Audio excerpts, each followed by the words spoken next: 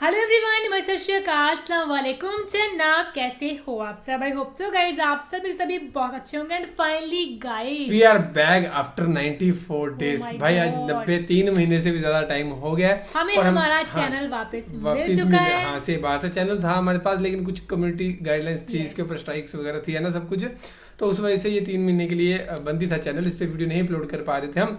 And दूसरी बात ये है कि अब एक रिएक्शन और हमने स्टार्ट किया था, रिएक्शन टावर, लेकिन उस पर इतनी ज़्यादा रीच नहीं आ रही थी, आप सभी नहीं जुड़ पा रहे थे। लेकिन इस चैनल में बहुत फास्ट ग्रोथ करी थी 3 महीने के अंदर ही। हमने ये स्टार्ट किया था फरवरी में, है ना, फरवरी में करा था, और जून में भाई साहब यहाँ पे 50-55 हज़ार सब्सक्राइबर हो गए थे। और हमारे 3 महीने बंद करे चैनल पे सब्सक्राइबर बढ़ते रहे और कहाँ पे 62,000 हो गए।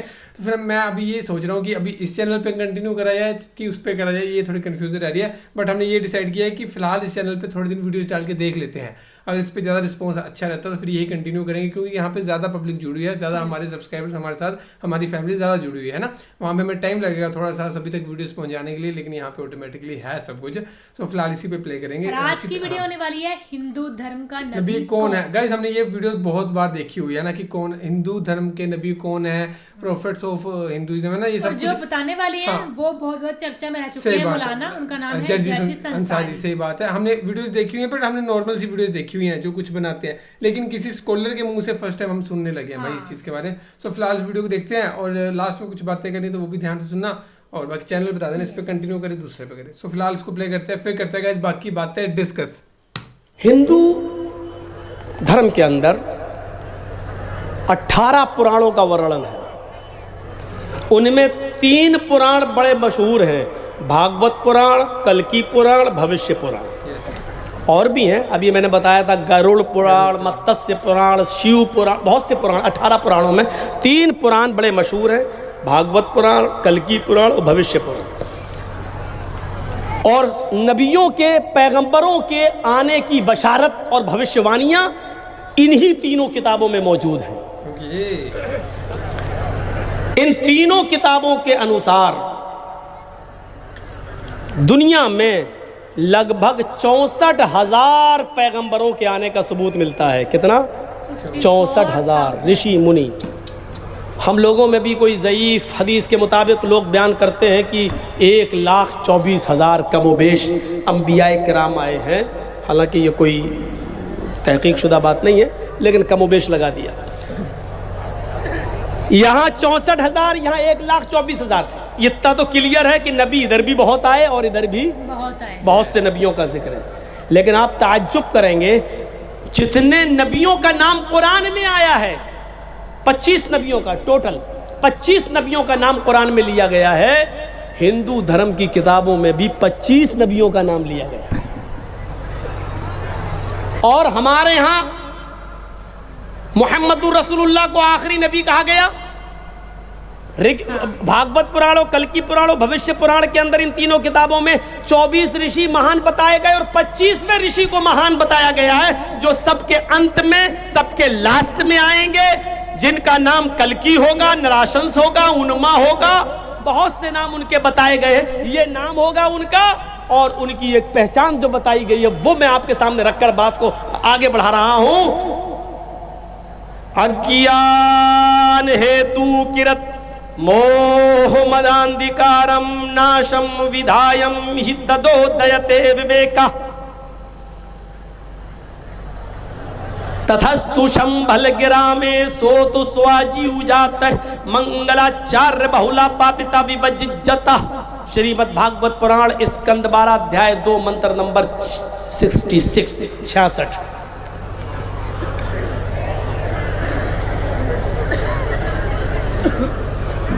अज्ञान हेतु किरत, जिहालत जब आम हो जाएगी, ज्ञान मिट जाएगा, जिहालत आम होगी। हेतु किरत, सबका हितकारी आएगा उस वक्त। अज्ञानता, जुल्म, जिहालत आम होगी, अज्ञानता यानी जिहालत बढ़ जाएगी। तब इस अज्ञानता को मिटाने के लिए सबका हितकारी आएगा। सबके हित में, सबका हितकारी, मुसलमान का नहीं, सबका हितकारी। जैसे सूरज की रोशनी सबको मिलती है, हिंदू और मुसलमान के लिए अलग अलग सूरज नहीं है, एक ही सूरज हिंदू और मुसलमान, सिख और ईसाई, पूरे देशवासी बल्कि दुनियावासी का, जगतवासी का, विश्ववासी का एक ही सूरज है। ऐसे ही अंतिम महर्षि, अंतिम संदेष्टा जब आएंगे तो वो पूरे जगत के लिए होंगे, पूरे विश्व के लिए होंगे, और वो किसी एक धर्म के विशेष नहीं होंगे, एक धर्म के लिए खास नहीं होंगे, बल्कि वो हर एक मजहब, हर पूरी दुनिया वालों के लिए होंगे। काफतल लिन्नासी बशीरन व नज़ीरा, हमने आपको पूरी दुनिया वालों के लिए खुशखबरी देने वाला और डराने वाला बनाकर भेजा है। वमा अरसलनाका इल्ला रहमतल लिल आलमीन, ऐ मोहम्मद सल्लल्लाहु अलैहि वसल्लम, हमने आपको पूरे विश्व के लिए रहमत बनाकर भेजा है। तो पूरे दुनिया के लिए आएंगे, नाम भी बता दिया, इससे ज्यादा स्पष्ट और क्या हो सकता है। मोह मदांधिकारम नाशम विधायम हि तदोदयते विवेका, उनका नाम मोहम्मद होगा, मोहम्मद उनका नाम मोहम्मद होगा। अंधिकारम नाशम, उनके आने के बाद दुनिया से अंधेरा मिट जाएगा, अंधेरा नाश हो जाएगा। मोहम्मदांधिकारम नाशम, वो अंधेरे को नाश कर देंगे, वो अंधेरे को मिटा देंगे। तथस्तु शंभल गिराम में सोत स्वाजीव जाता है, वो शंभल गिराम में, शंभल मानी शांत और गिराम मानी गांव, वो शांति वाले गांव में आएंगे, यानी अल बलदिल अमीन, अमन वाला शहर, यानी मक्के के अंदर वो आएंगे, वो मक्के में आएंगे। शंभल गिराम मीज मक्का, वो मक्के में आएंगे, शंभल गिराम में आएंगे। इथकलो गत पर आए, 4 युग में 3 युग गुजर जाएंगे, वो कल युग में आएंगे। इतकलोगत प्राय, सतयुग गुजर जाएगा, त्रेता युग गुजर जाएगा, द्वापर युग गुजर जाएगा। जब घोर कलयुग होगा तो वो कलयुग के अंदर तशरीफ लाएंगे, पधारेंगे। इतकलोगत प्राय जनेशु, और उस कलयुग की पहचान ही होगी, जनेशु खरगर मिड़ी, सारी की सारी जनता गधों और जानवरों की तरह हो गई होगी, इंसानियत मिट चुकी होगी, मानवता खत्म हो चुकी होगी, इंसान इंसान का दुश्मन होगा, जो जानवरों की तरह हो गए होंगे। भगवान इतकलोगत प्राय जनेशु खरगर मिड़ी, धर्म आए, तब असली धर्म को जीवित करने के लिए, सनातन धर्म को जिंदा रखने के लिए, आदम से लेकर आखिरी नबी तक जो इस्लाम, जो सनातन और शाश्वत धर्म चला रहा, उसको बाकी रखने के लिए, सत्वैन उसकी सच्चाई को कायम करने के लिए भगवान अवतरिष्यति, भगवान अवतार उतारेगा, ईश्वर की तरफ से अवतार आएगा, अल्लाह अंतिम ऋषि को भेजेगा।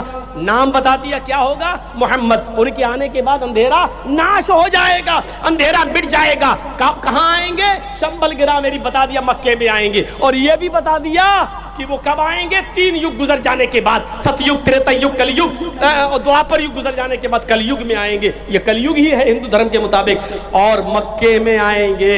और क्या कहा, दा चतुर्भ्रातृदेव कृष्यामि कलेच्छेयम, इस धरती पर आने के बाद वो ऐन जवानी में 40 साल की एक स्त्री से, 40 साल की एक औरत से शादी करेंगे। सालम द्वीप की रहने वाली होगी वो, सालम द्वीप का तर्जमा होता जजीरा, जजीरे की रहने वाली एक स्त्री से वो शादी करेंगे।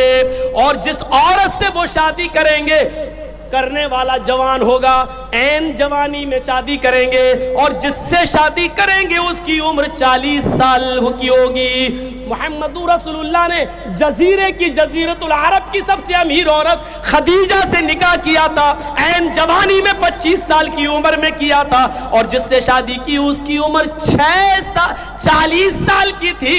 40 साल की उम्र की औरत से शादी की थी। षष्ठम शिशुअस, उस औरत से उसके 6 बच्चे पैदा होंगे। क्या रह गया, कुछ रह गया? उस औरत से मुहम्मदुर रसूलुल्लाह के 6 बच्चे थे, 4 लड़कियां 2 लड़के। 4 लड़कियों के नाम है ज़ैनब, दूसरी का नाम है रुकैया, तीसरी का नाम है उम्मे कुलसूम, और चौथी बेटी का नाम है फातिमा। और 2 बेटे उनसे पैदा हुए, एक बेटे का नाम है कासिम और दूसरे बेटे का नाम है, मेरे भाइयों, तैयब और ताहिर जिनका लक़ब है। मेरे भाइयों जरा गौर करो, अब्दुल्लाह ये दो बेटे तैयब ताहिर जिनका लक़ब था, एक कासिम एक अब्दुल्ला, ये दो बेटे पैदा हुए, 4 बेटियां। और हिंदू धर्म की किताब कल की पुराण भागवत पुराण ये कह रही है कि वो 40 साल की स्त्री से औरत से शादी करेंगे और उस औरत से उसके 6 बच्चे पैदा होंगे। उस औरत को जोड़ने के बाद उस परवाहिड़ो बधु बंतो द्युदशा, उस नबी की, उस कलकी की, उस स्त्री को जोड़ने के बाद टोटल 12 बीवियां होंगी, 12 पत्नियां होंगी। लीजिए 12 बीवियों वाला अगर पूरी इंसानी तारीख में तुम अपने 64,000 ऋषि मुनि जोड़ लो और हम अपने अकीदे के मुताबिक, जो चाहे ज़ईफ और मौजू हदीस ही क्यों ना हो, लाख 1 लाख 1.25 लाख अंबिया किराम की तारीख में हम देखते हैं तो हमें 12 बीवी वाला कोई नहीं मिलता है। हम जब सुलेमान की तारीख पढ़ते हैं तो उनकी 99 बीवियों का जिक्र मिलता है। दाऊद अलैहिस्सलाम का जिक्र पढ़ते हैं तो उनकी 1000 बीवियों का जिक्र मिलता है। राजा महाराजाओं की तारीख पढ़ते हैं तो 300 औरतें रखने का रवाज पाया मिलता है। हम मेरे भाइयों रामचंद्र जी की तारीख पढ़ते हैं तो उनकी एक पत्नी सीता का जिक्र मिलता है। कृष्ण जी की भी एक ही पत्नी का जिक्र मिलता है। हमने तारीखें देखी है, पढ़ी है। ईसा अलैहिस्सलाम की हिस्ट्री उठाता हूं तो उनकी शादी नहीं मिलती है, वो बगैर शादी किए हुए सलीब पर लटका दिए गए तुम्हारे अकीदे के मुताबिक, और हमारे अकीदे के मुताबिक जिंदा आसमान पर उठा लिए गए हैं। वो कुर्ब क़यामत फिर आएंगे, काने दज्जाल का खात्मा करेंगे। हम उस तरफ नहीं जाना चाहते, हटना नहीं चाहते हम वेदों के मंत्र से। मेरे भाइयों आओ, इतना कुछ करने के बाद का वो ऊंट की सवारी करेगा, यानी उस बस्ती में आएगा जहां ऊंट की सवारी होगी। अल्लाह के नबी ऊंट की सवारी किया करते थे, ऊंटनी का दूध भी पिया करते थे, और ऊंटनी जजीरतुल अरब रेगिस्तानी इलाके ही में पाई जाती है। इसका मतलब यह कि आखिरी नबी रेगिस्तानी इलाके में आएगा, जजीरतुल अरब में आएगा, और उसकी 12 बीवियां होंगी। 12 बीवियों वाले सिर्फ मोहम्मद रसूलुल्लाह नजर आते। कृष्ण जी की एक पत्नी का आधार जो हमने बताया है महाभारत से, लेकिन उनकी पत्नियों का अगर जिक्र पढ़ेंगे तो महाभारत में दूसरी जगह लिखा है कि 16,108 सबसे ज्यादा पत्नियों का वर्णन अगर मिला है तो कृष्ण जी की। बहुत से लोगों ने इस पे गाना भी बनाया, चारों तरफ गोपियां बीच में कन्हैया, तो वो एक अलग चीज है। बीवियां ज्यादा होना ये गलत नहीं है, पत्नियां ज्यादा रखना गलत नहीं है, लेकिन सवाल यह है कि 12 बीवी वाला आखिरी नबी होगा, जो आखिर में आएगा उसकी 12 बीवी होगी। और हम आखिरी नबी को ढूंढ रहे हैं हिंदू भाई हमारे, तो आखिरी नबी की 12 बीवी, और 12 बीवी किसकी थी? मोहम्मद रसूलुल्लाह सल्लल्लाहु अलैहि वसल्लम की। उसके बाद कहा गया अंधेरे को नाश कर देगा। आप देखिए कितना अंधेरा था अरब की सरजमीन पर, कितना अंधेरा था अरब की धरती पर, कितना अंधेरा था अरब की सरजमीन पर। आप इसका अंदाजा नहीं लगा सकते हैं। जुआ, अब आइए थोड़ा सा पढ़िए ज़ादुल मआद अल्लामा इब्न क़य्यिम की। जुआ इतना खेला जाता था कि लोग जुए में रकम हार जाते थे, कैश, तो अपना मकान लगा देते थे। मकान जुए में हार जाते थे तो अपनी बीवी जुए में लगा देते थे, और बीवी भी जुए में हार जाते थे तो अपनी जवान बेटी भी जुए में हार जाते थे, लगा देते थे। ये अरब का हाल था। पढ़िए इब्न क़य्यिम की किताब ज़ादुल मआद। इससे ज्यादा अंधेरा क्या होगा? बेटा अपने बाप के मरने के बाद अपने घर से चादर उठाता था और अपनी मां के ऊपर डालकर उसको बाहर निकालकर कहता था, लोगों मेरा बाप मर गया, मैंने अपनी चादर अपनी मां के ऊपर डाल दी, आज के बाद ये मेरी मां नहीं है, मैंने इसको अपनी पत्नी अपनी बीवी बना लिया। इब्न क़य्यिम की किताब ज़ादुल मआद। शराब तो इतना पीते थे कि मुस्नद अहमद की रिवायत, शराब के नशे में एक सहाबी ने बजाय अपनी बीवी के अपनी बेटी का हाथ पकड़ लिया और उसको खींचकर कमरे की तरफ ले जाने लगे। बेटी चीखी, बेटी की मां भागती हुई आई, अपने शौहर को धक्का दिया, उसको कमरे में बंद कर दिया और खुद बाहर अपनी बेटी को बचाया, निकाल लिया। जब होश में आए तो बीवी को पीटने लगे। बीवी ने कहा, पीट चुके? हाँ। बंद क्यों किया? कहा तुमने पी रखी थी, वो तो मैं रोज़ पीता हूँ। ये उस वक्त की बात है जब शराब हराम नहीं हुई थी, नहीं आज ज़्यादा ही पी रखी थी, कभी कम कभी ज़्यादा, ये तो होता ही रहता है। आज इतनी पी ली थी आपने कि आप बीवी और बेटी में अंतर नहीं कर सके। So guys, ये थी वीडियो। लास्ट वाला सुन के ना भाई साहब क्या क्या चीजें होती थी भाई पहले अरब में, है ना, ये हम सभी को पता है। पहले बात नहीं है यार, अब भी ये चीजें हो रही हैं, बट अब बहुत ज्यादा इतना वो चीजें नहीं रही है कि बीवी दाव पे लगा दी, वो चीजें, वो जो जुए वाला सिस्टम वो खत्म हो गया ना। और बाकी ये सब चीजें तो चलो, जो गलत फलत रेप शेप हो रहे हैं वो तो चलो होते ही जा रहे हैं, किसी ना किसी के वो रुक नहीं रहे हैं भाई, उसके लिए तो एक स्ट्रिक्ट एक्शन होना ही चाहिए। और बाकी ये थी मौलाना जर्जिस अंसारी जी की वीडियो। हम पहले भी इनकी वीडियो देखा करते, इतनी कमाल की वीडियो होती है। पहली बात इनका बयान करने का तरीका है कमाल से लग रहा है कि कोई पोइट्री या कोई पोइम पढ़ रहे हैं, उसके थ्रू ही सारा का सारा ये बयान करते रहते हैं। उन्होंने बताया तो हिंदू धर्म के नबी पूरी पूरी इन्होंने सिमिलैरिटीज बता दी पूरी पूरी, किस तरीके से प्रॉफिट मोहम्मद साहब का ही जिक्र है। हमने और वीडियोस देखी है तो उसमें भी यही चीजें लिखी हैं कि जो लास्ट प्रॉफिट आएंगे वो इस जगह पे आएंगे, उनकी मदर का नाम ये होगा, इस टाइम पे पैदा होंगे, ये वो चीजें जो सारी सारी निशानियां हैं साइंस है वो प्रॉफिट मोहम्मद साहब की तरफ ही करती हैं। सो बाकी तो फिलहाल ये थी वीडियो गाइस, होप्स आपको पसंद आई होगी। एंड किस चैनल पे वीडियो कंटिन्यू करें, इस पे या दूसरे पे, वो भी कमेंट करके जरूर बताना guys. Thank you so much for watching the video. मिलते हैं नेक्स्ट वीडियो में।